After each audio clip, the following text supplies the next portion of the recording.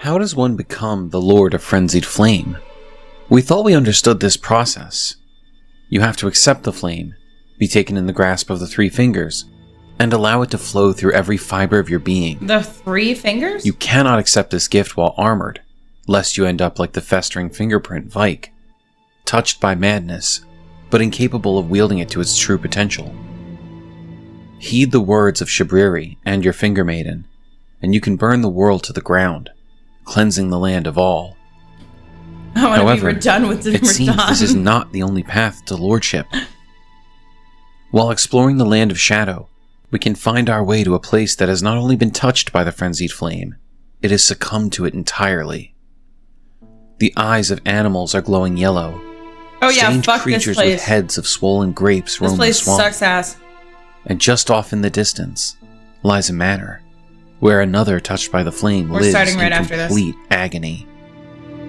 Today, we will be exploring the Abyssal Woods, and the man who resides in this place, I'm just gonna order my the sage, known as Midra. sugar cookie recipe stuff.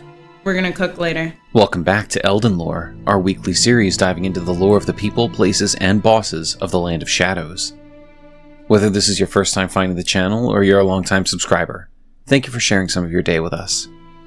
If you end up digging our content, please consider subscribing, as we plan on thoroughly exploring every inch of Shadow of the Erdtree. And we're always willing to take comments or I like this suggestions for more animation. topics. The drawing. We also have a Discord where you can hang out with other FromSoft fans and talk about your favorite games and theories.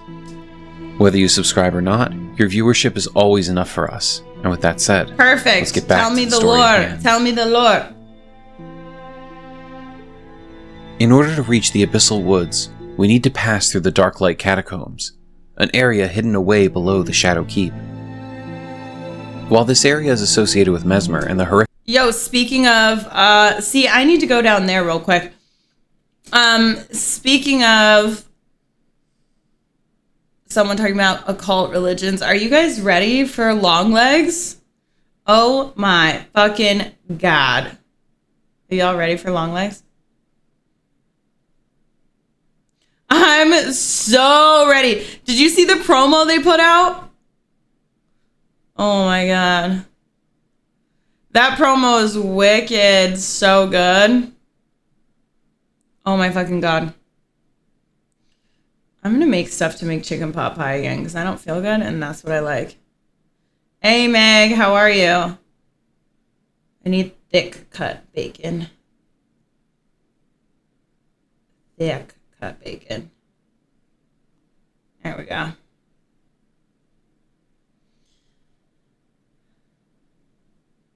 No idea what I'm talking about? You don't know long legs? Okay, hold on. After this. horrific atrocities he's committed against the Hornsent. Once we reach the end of this place, we're challenged by Jounery, the Elder Inquisitor, and a Hornsent. It seems as though both parties had a vested interest in no one new exploring this tainted land, far below the keep. Once we make our way past this last line of defense between the outside world and the Abyssal Woods, we begin exploring the area. But there's a hiccup. Torrent is too scared to meet our call, and he refuses to join us as we explore these woods. A strange occurrence to be sure, but we've only scratched the surface of what makes this place so terribly wrong. As we explore, we find more Inquisitors patrolling the place, as well as animals with eyes of frenzy. They don't attack us on sight, but the fact that they're going about their day-to-day while afflicted with the flame is concerning, to say the least. Yeah, they're concerning. They're scary as fuck. The closer we get to the manse at the edge of the woods, the more dangerous the road becomes. Along the path, we see these hideous monsters, with heads like so many ripened Jounery grapes. And should we engage them in battle, we quickly learn they're immune to our attacks. Their eyes emit madness, and they carry a staff in one hand, which can be used to ensnare us, draining our life through the power of the frenzied flame. If we knock their attack away at the right moment, we can counter, making it possible to kill these things, and one of them will drop the Aged One's exaltation. This item is described as a talisman depicting the exaltation of the aging untouchable, whose head resembles a sprig of ripe grapes. Raises attack power when madness is triggered in the vicinity. Gift your madness to our Lord, bless our brethren with grapes. take care that they fully ripen. Yeah, his head looks like grapes. This tells us what these creatures are, the aging untouchables. And their heads truly are large, ripened grapes. Ew. Given how long these things must have been down here, I think it's fair to assume that this is the fate of any who succumb to madness and are unable to become the new lord. Oh, damn! Eventually, the grapes envelop their very being. That sucks. We can tell these enemies are just around the corner whenever we pick up a winter lanternfly, a winged insect carrying a dangling frenzied flame grape, material used for crafting items, flies lazily around the abyssal forest, said to be heralds of the aging untouchable. Please. On seeing these, the wise know to stay well clear of that place. Be in my Discord to talk to me about that more. Their description tells us the wise know to stay clear of these flies, but I'd argue everyone, at this point, knows to stay clear of the woods in general. Yeah, I do. When we reach the manse off in the distance, we learn that its owner's name is Midra. Shit, guys, I gotta quickly grab my... I'm gonna make chicken pot pie on stream today, but I have to go get my recipe book because I don't know it from heart. 1 second. I must be on my Discord.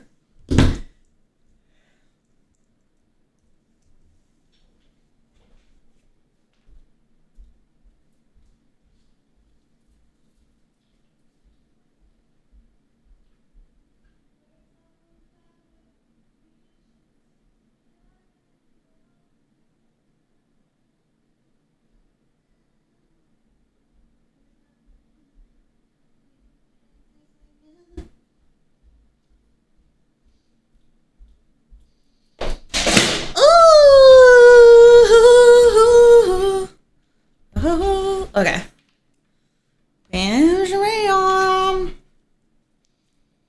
Oh shit, you want to play some Chain together this afternoon? I will. I'm down. I'll have to do it right after I fight Radon then, before I go to cook, because I'm going to cook on stream.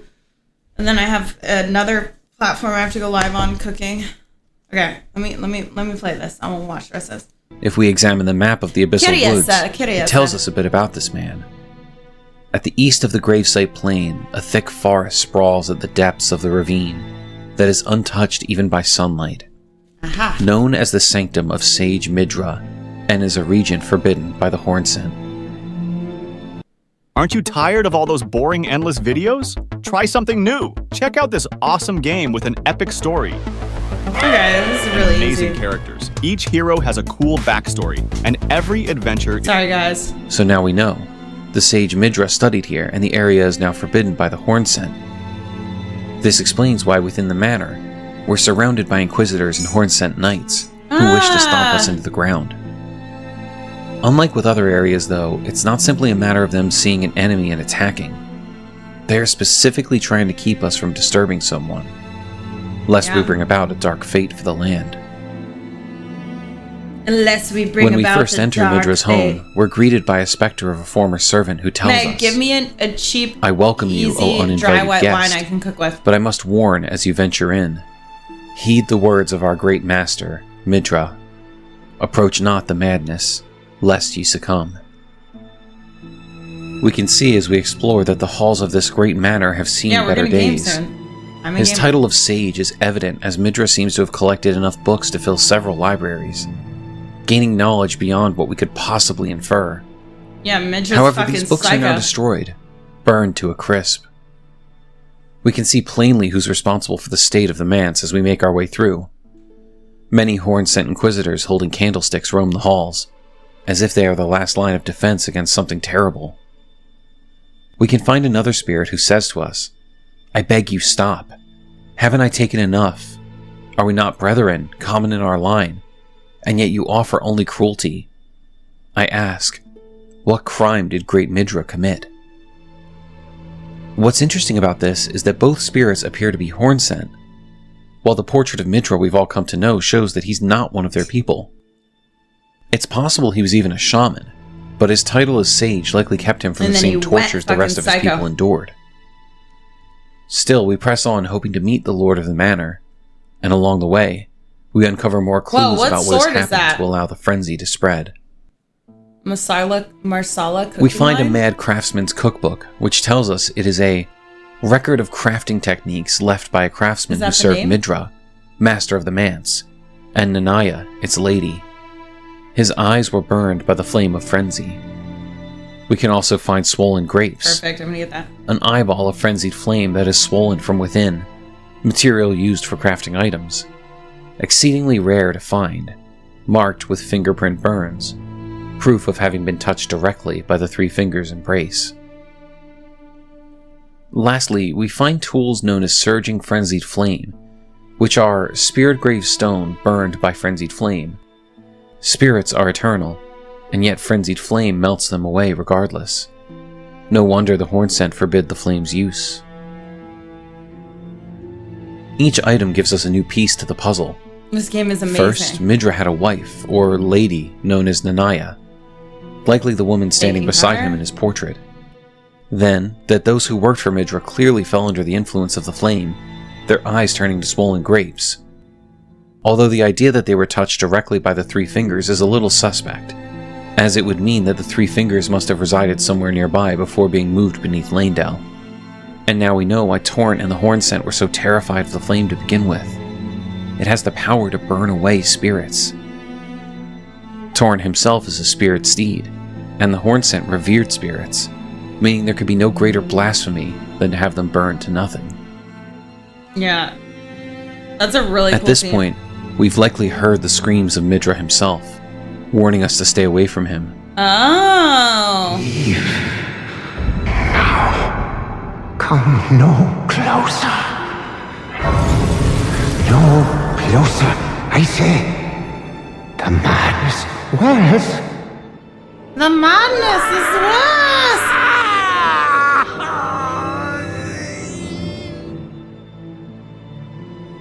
Our Tarnish knows better, though. This man is yet another enemy to fall at our blade, and we make our way to him, as he admonishes us for approaching. The depths of your foolishness!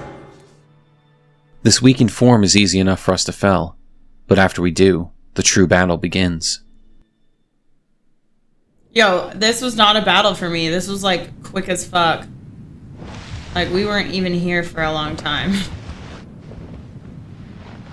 We weren't here for a long time at all. Enough. I have endured more than enough.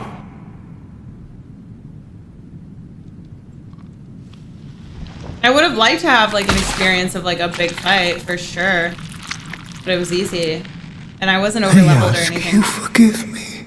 My second run, I won't use mimic for him.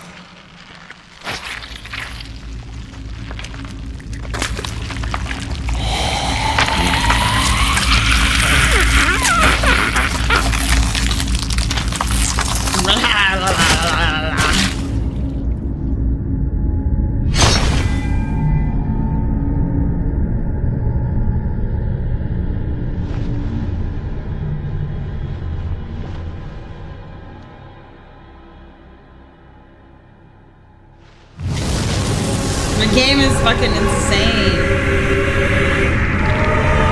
The music for this is really nice.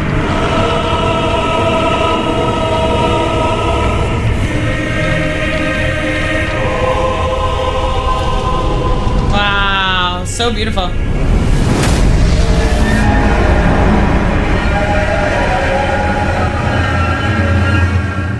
Wow. Midra, upon What a cool removing the cutscene. weapon holding him to the ground from his very head, has become a lord of frenzied flame, though an incomplete one, and he's ready to wield the full might of the flame against us. What ensues is a difficult battle, one that we will, eventually, come out on top of. Upon defeating him, we gain his remembrance, which sheds light on his history. As the golden barbs inflicted eternal agony upon him, Midra held fast to Nanaya's entreaty. Endure. The word was a curse. The possible rewards for trading in his remembrance tell us more. The Greatsword of Damnation is described as a golden greatsword that once pierced the body of Midra, master of the manse, used by the Hornscent in the execution of a damnation like no other. The barbs that pierce the victim from within wind gently around the blade. And the incantation we can gain is known as Midra's Flame of Frenzy. Incantation in praise of Midra, Lord of Frenzied Flame. The Lord of Frenzied Flame shall take their torment, despair, their affliction, every sin, every curse, but we like reading about all this. Melted away. Yet Midra, like others before him, was too weak to become a lord. Knowing this, we can start to paint a picture of what happened to this man, and how he came to be under the influence of the flame. But first, let us take a moment to address the Lady of the Manse, Nanaya. I'm gonna get some halibut. We can find what remains of Nanaya as we explore these grand libraries. Some caviar? Her corpse sits alone, clutching something very tightly. The item, Nanaya's torch, is described as a torch made by attaching a dying flame of frenzy to a small spinal column. In a distant land, in an age long past, was born a man who failed to become the Lord of Frenzied Flame. All that remains of him is cradled gently by Nanaya. I haven't used the spell. When Midra removes the great sword really of well? damnation from his head, he has no neck, so we can assume that this small spinal column actually belongs to Midra himself. And after he was pinned to the ground by the horn scent, Nanaya took this piece of her lord with her, after asking him to endure the pain and flames, so that the Lord of Frenzied Flame would not burn the land to the ground. Fucking commercials! God damn it.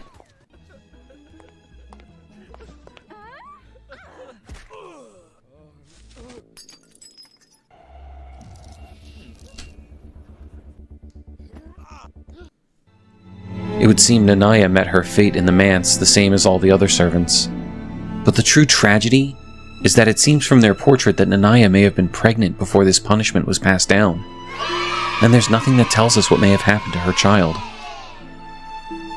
Some speculate that this child may have been Marika, but I'm not quite convinced. I won't discredit this theory as it's fun to speculate, but I believe if this were the case, we'd have been given something more to confirm it. That said, the mystery of Nanaya's pregnancy cannot truly be solved. It's another tragedy in a world full of tragedy. While many have speculated that Nanaya was a deathbed companion, or possibly a maiden of the three fingers leading Midra to madness, I don't believe this is the case. Auditor 5K, thank you so much for the... Anything we read of Nanaya paints her in a much more benevolent light, as a lady who cared for her lord, I did. and wanted nothing more than for him to stay strong, so that he might spare the world of the fate of the frenzied flame. As for Midra, it's clear that the horn-sent inquisitors are the ones who put a stop to his transformation by piercing his skull with the great sword of damnation. But what got them to this point? His servants and colleagues in the manse seemed to be horn-sent as well, so I don't believe this was a matter of prejudice. We also see how his servants were tortured and had no idea why any of this was happening. I have a theory on how this situation started, and it comes back to a torn diary page we can find during our investigation. A discarded page ripped from a diary, bearing a passage written in a tremulous hand. I touched him, but only once. When he thrust his staff in my face, I brushed it aside. It was then that I touched him, the aging untouchable. Not only does this letter tell us how to fight the aging untouchables, I believe it also gives us insight into how Midra became a victim of the flame. The Abyssal Woods have clearly been dealing with the effects of the flame for some time. So what if Midra was not the initial cause? We know from Ymir's questline that the fingers are fumbling for meaning the same as everyone else. So perhaps this land was touched long ago, and Midra took up residence here to study the flame and look for a way to stop its effects. This would explain how the sage working alongside the Hornsent would eventually be attacked by their inquisitors. If it was his job to stop the flame through his research, and he instead unwittingly inherited it through his study of the aging untouchables, that would get the inquisitors' attention. That's a lot of damage. Suddenly, a man who was once seen as an asset to the Hornsent was now nothing more than another heretic, one that they needed to put a stop to. Dang. So they locked him away. I don't believe Midra had any grand plans of becoming the Lord of Frenzied Flame and bringing the world to its knees. I believe this scholar simply fell too deep into his studies, uncovering cosmic truths, and he got careless. That sucks. In his interactions with those wholly controlled by the flame, he too became tainted, and rather than accept his fate, he chose to heed the words of his love, to endure the burning of the frenzy, and instead keep it locked deep within him for as long as he could. In this time of enduring the flame, Midra would grow weaker and weaker, essentially making it impossible for him to become the true Lord of Frenzy Flame. Oh shit. No! Oh dang, I hit it, but that's okay. How does one become the Lord of Frenzy? That's fine. Alright. Let's get to it, guys. Time for a dom. I was trying to look up other people playing and cheese him earlier.